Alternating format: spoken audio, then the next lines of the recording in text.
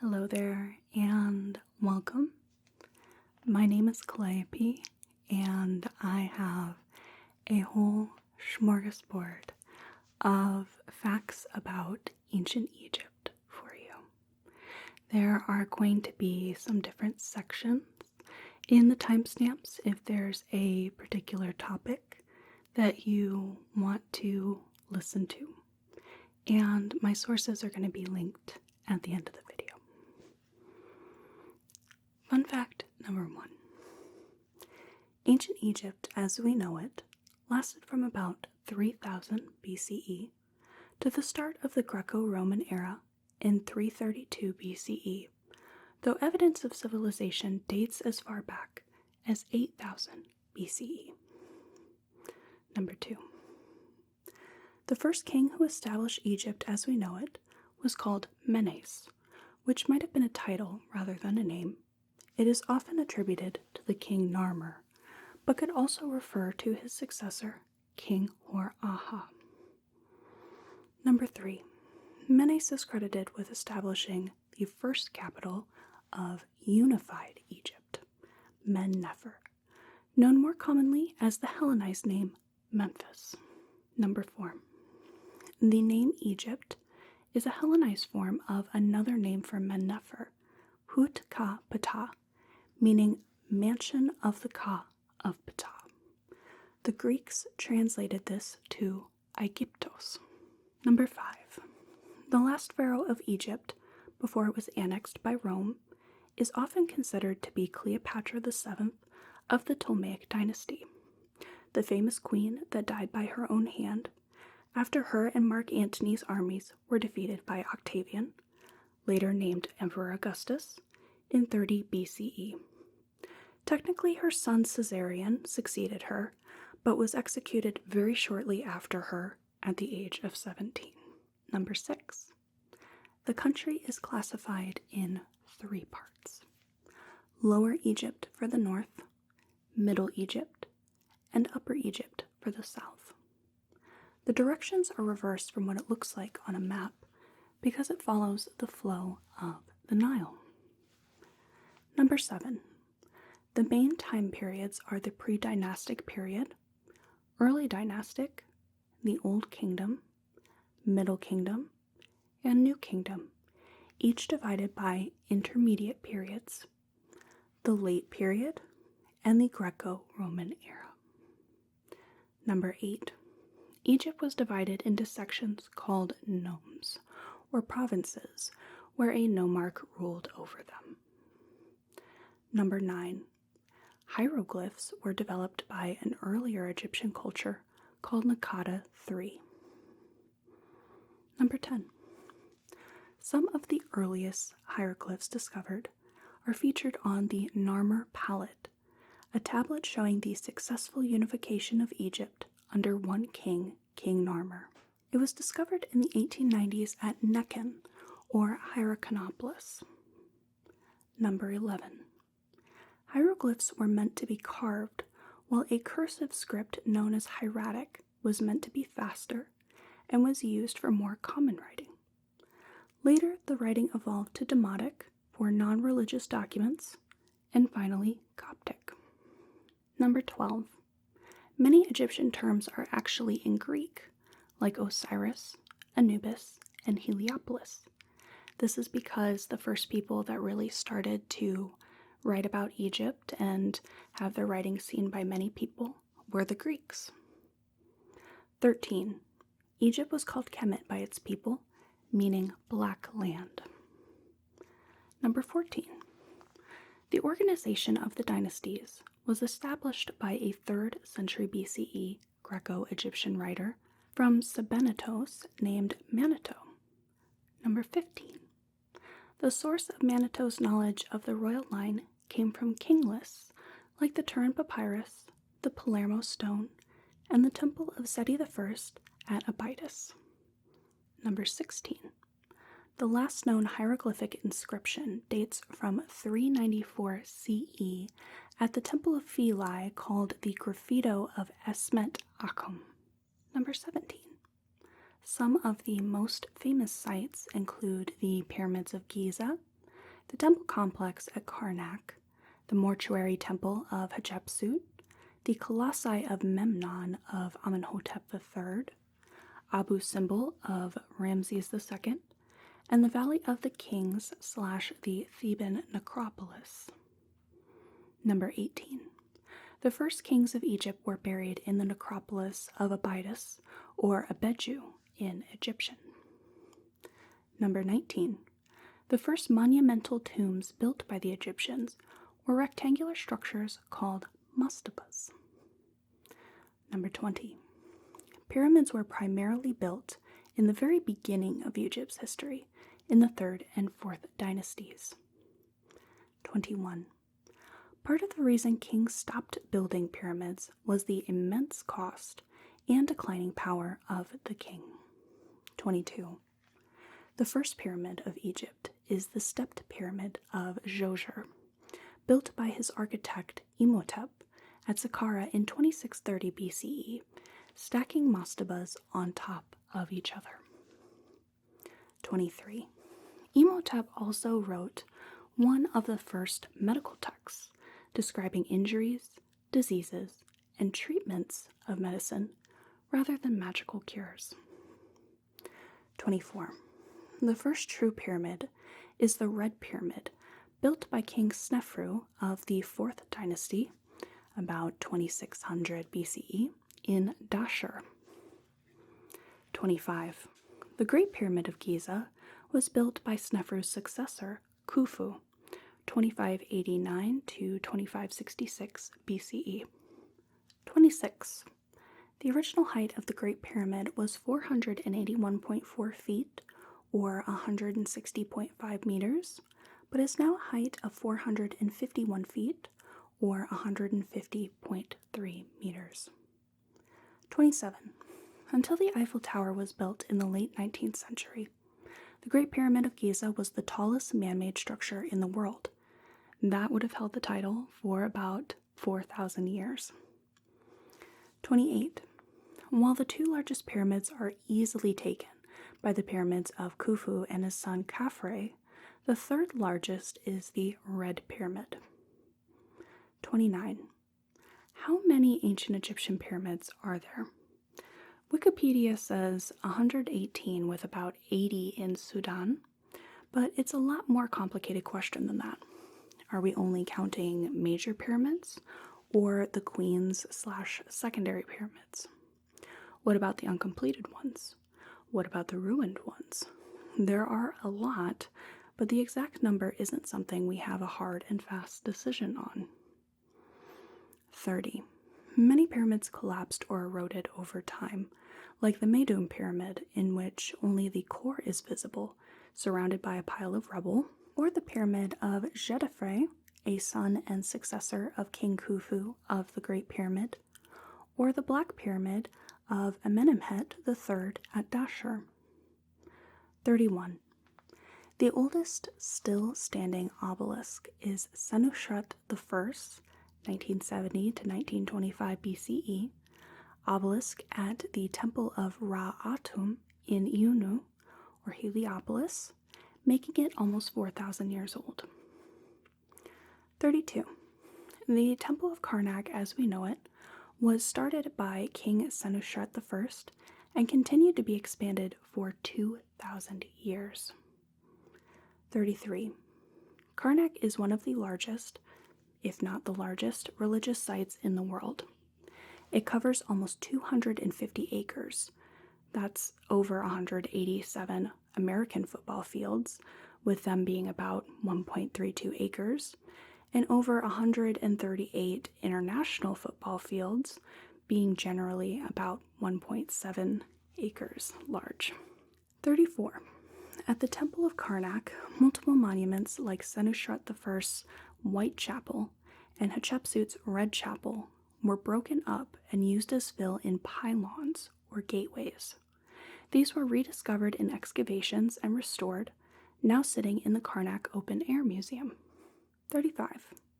There are two main types of hieroglyphic carvings: bas or raised relief and sunk relief. Raised relief looked more beautiful, but was time-consuming and easily changed or destroyed. Sunk relief could catch the sunlight to create a stark contrast, was quicker, and was more permanent but not as pretty.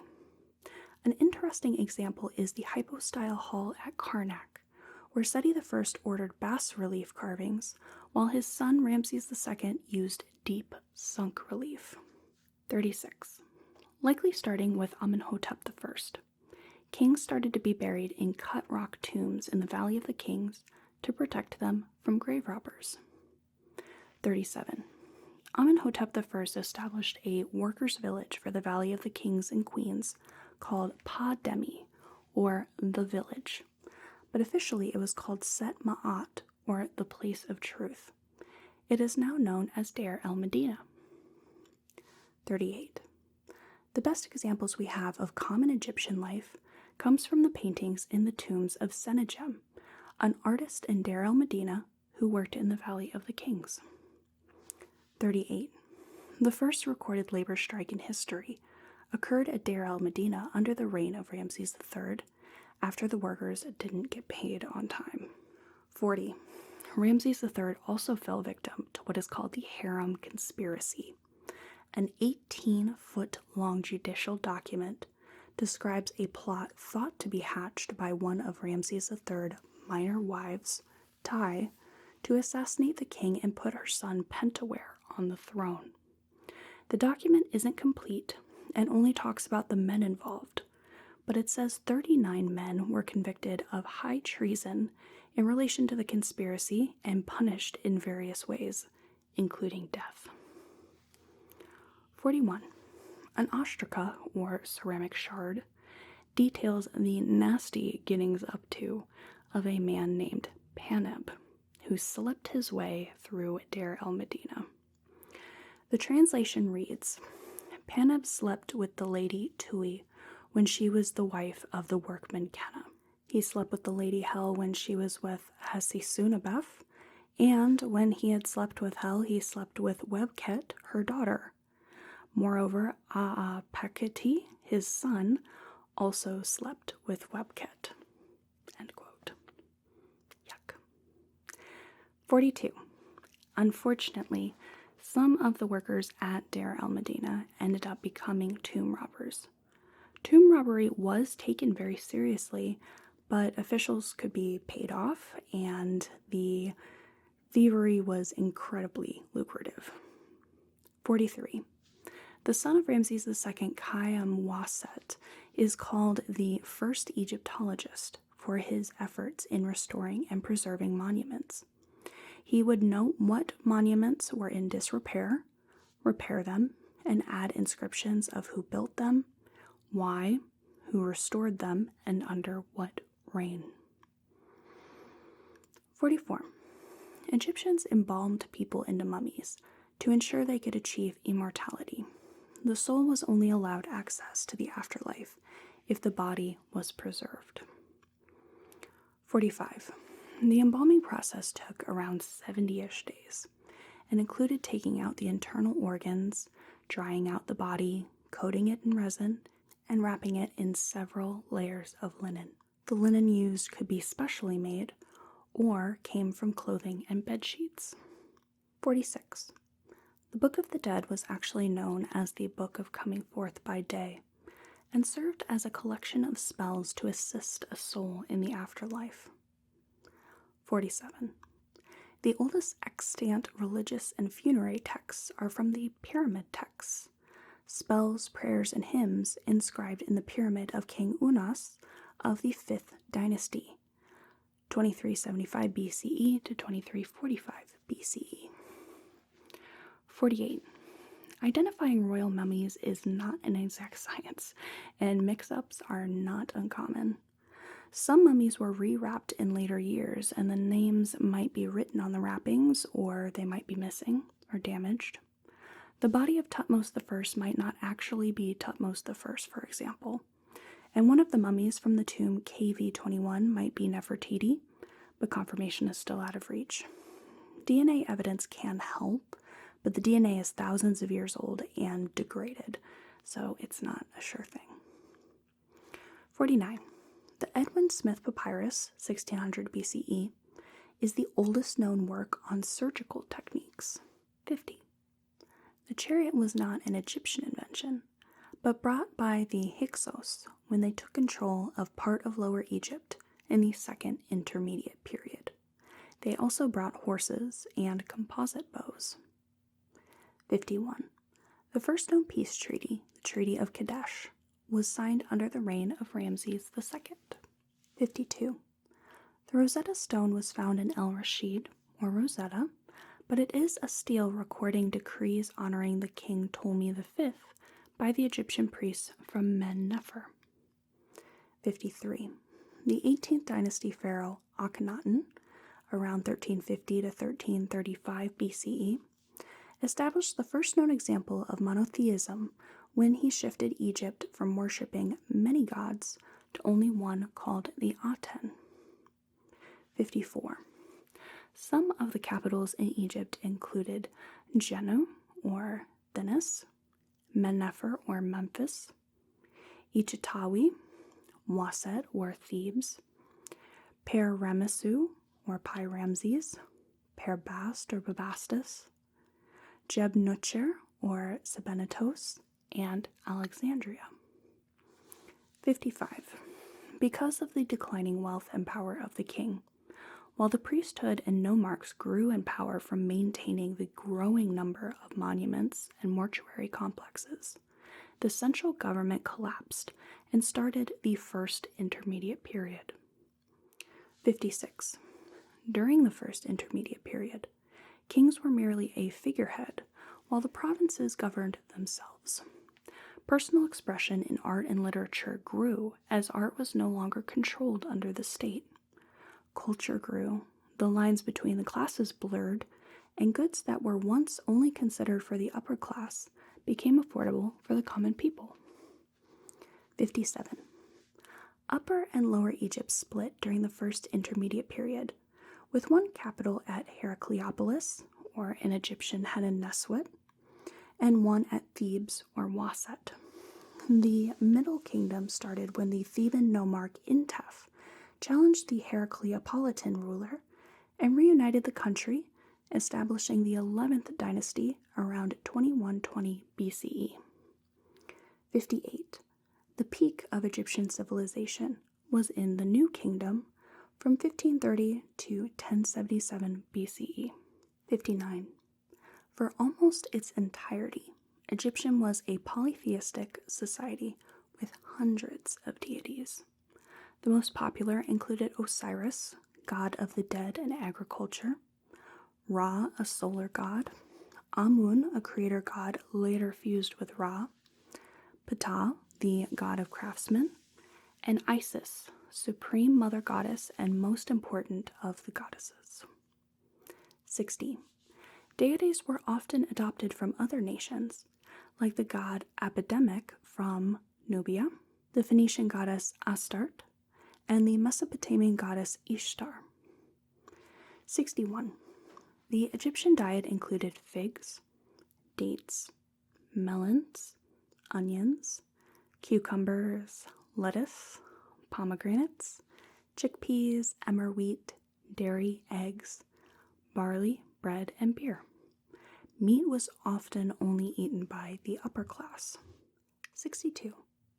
Beer was considered medicinal, and the workers at the Great Pyramid received 3 beer rations a day.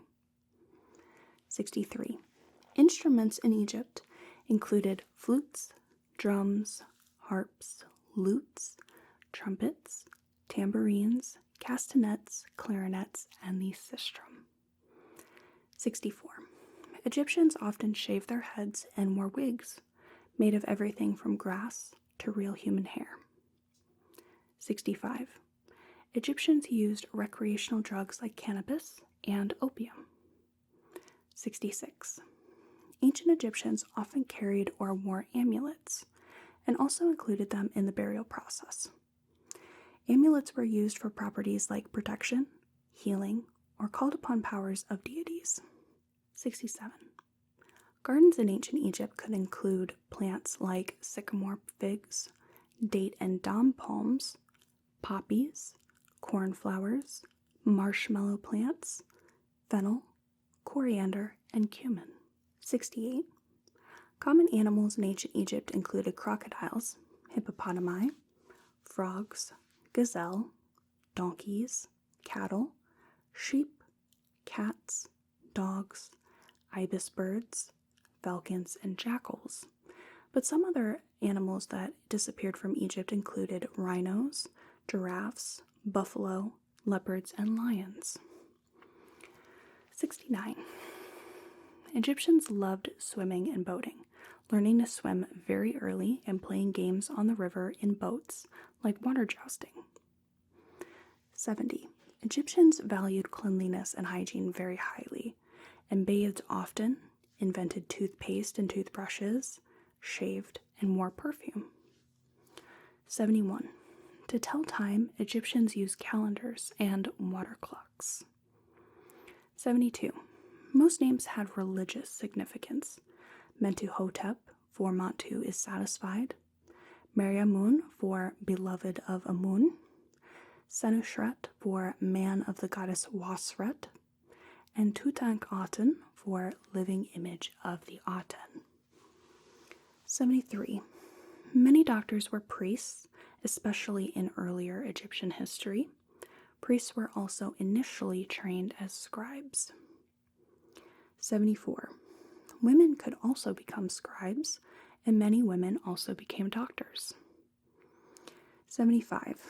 The Egyptian economy worked on the barter system against a unit of currency called a deben, from James C. Thompson. Since 75 liters of wheat cost 1 deben, and a pair of sandals also cost 1 deben, it made perfect sense to the Egyptians that a pair of sandals could be purchased with a bag of wheat as easily as with a chunk of copper. Even if the sandal maker had more than enough wheat, she would happily accept it in payment because it could be easily exchanged for something else. The most common items used to make purchases were wheat, barley, and cooking or lamp oil, but in theory, almost anything would do. 76. The peasant class were almost entirely farmers, and when the Nile River flooded, making farming impossible, they often worked on monuments, like the pyramids. 77. In early Egyptian history, almost all breweries were run by women. 78. Most Egyptian homes were very simple, usually 1 to 2 rooms and made of mud brick and reeds or straw. 79. Makeup was commonplace for men and women, and kohl was often used around the eyes. 80. Egyptians loved festivals and celebrated all kinds, from the beautiful Feast of the Valley in Thebes to the Festival of Hathor in Dendera. 81. Most people went barefoot, but could wear sandals for long distances or colder weather. 82. Egyptian clothing was made of linen, but in terms of style or color, they could wear as much or as little as they wanted to without judgment. 83. Ancient Egyptian literature included love poems, life advice, stories about men talking to their souls about the trials and tribulations of life while their soul reminded them of the good parts of life, and stories about assassinated kings coming back as a ghost to tell their son to trust no bitch. 84. The Egyptians cultivated a flowering plant called papyrus, which they used for making sandals, ropes, mats, and writing mediums, of course. 85. Egyptians kept cats, dogs, and monkeys as pets.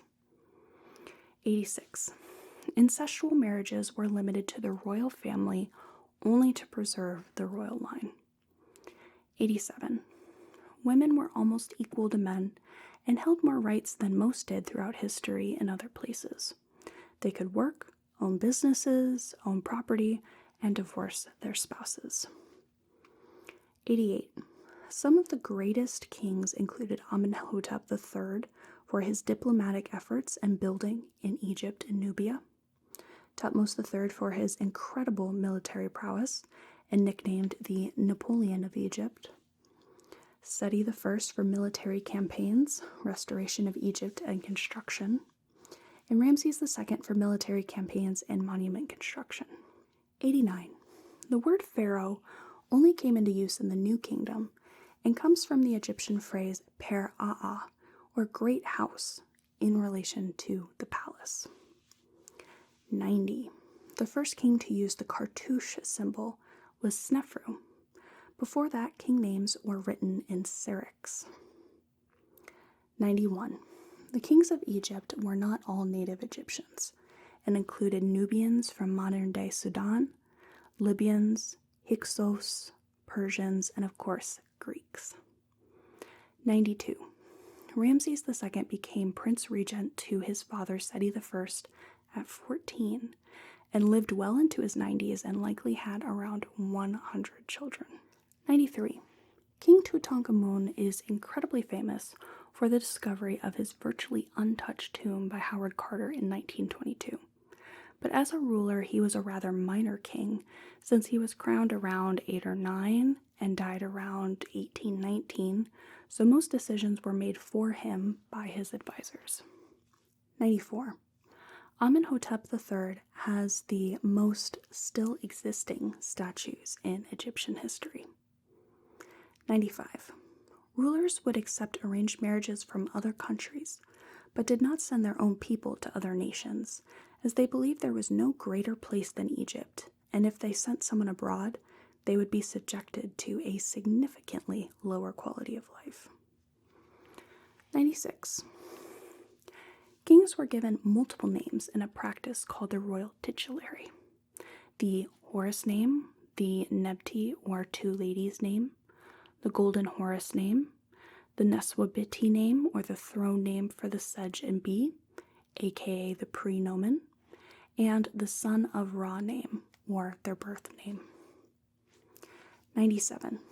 From Encyclopedia Britannica. Hieroglyphic writing followed 4 basic principles. First, a hieroglyph could be used in an almost purely pictorial way. The sign of a man with his hand to his mouth might stand for the word eat. Similarly, the word sun would be represented by a large circle with a smaller circle in its center. Second, a hieroglyph might represent or imply another word suggested by the picture. The sign for sun could easily serve as the sign for day, or as the name of the sun god Ra. The sign for eat could also represent the more conceptual word silent by suggesting the covering of the mouth. Third, the signs also served as representatives of words that shared consonants in the same order. Thus, the Egyptian word for man and be bright, both spelled with the same consonants, HG, could be rendered by the same hieroglyph. Fourth, the hieroglyph stood for individual or combinations of consonants. End quote. 98. While we could likely communicate quite well in writing with ancient Egyptians, we have no idea how the language was actually pronounced and would probably sound incomprehensible to them in spoken word. 99. Spelling is all over the place when translating hieroglyphs, because hieroglyphic words were often spelled in different ways for the same word, word spelling evolved, and vowels were often omitted, so substitutions had to be made. 100. One of the largest compilations of ancient Egyptian hieroglyphs is the Wörterbuch der Ägyptischen Sprache, or the Dictionary of the Egyptian Language, by Adolf Ehrman and Hermann Grabau, published from 1926 to 1961. I'd like to thank you so much for joining me for these 100 facts about ancient Egypt. I hope you have a whale of a day and a good rest of your night.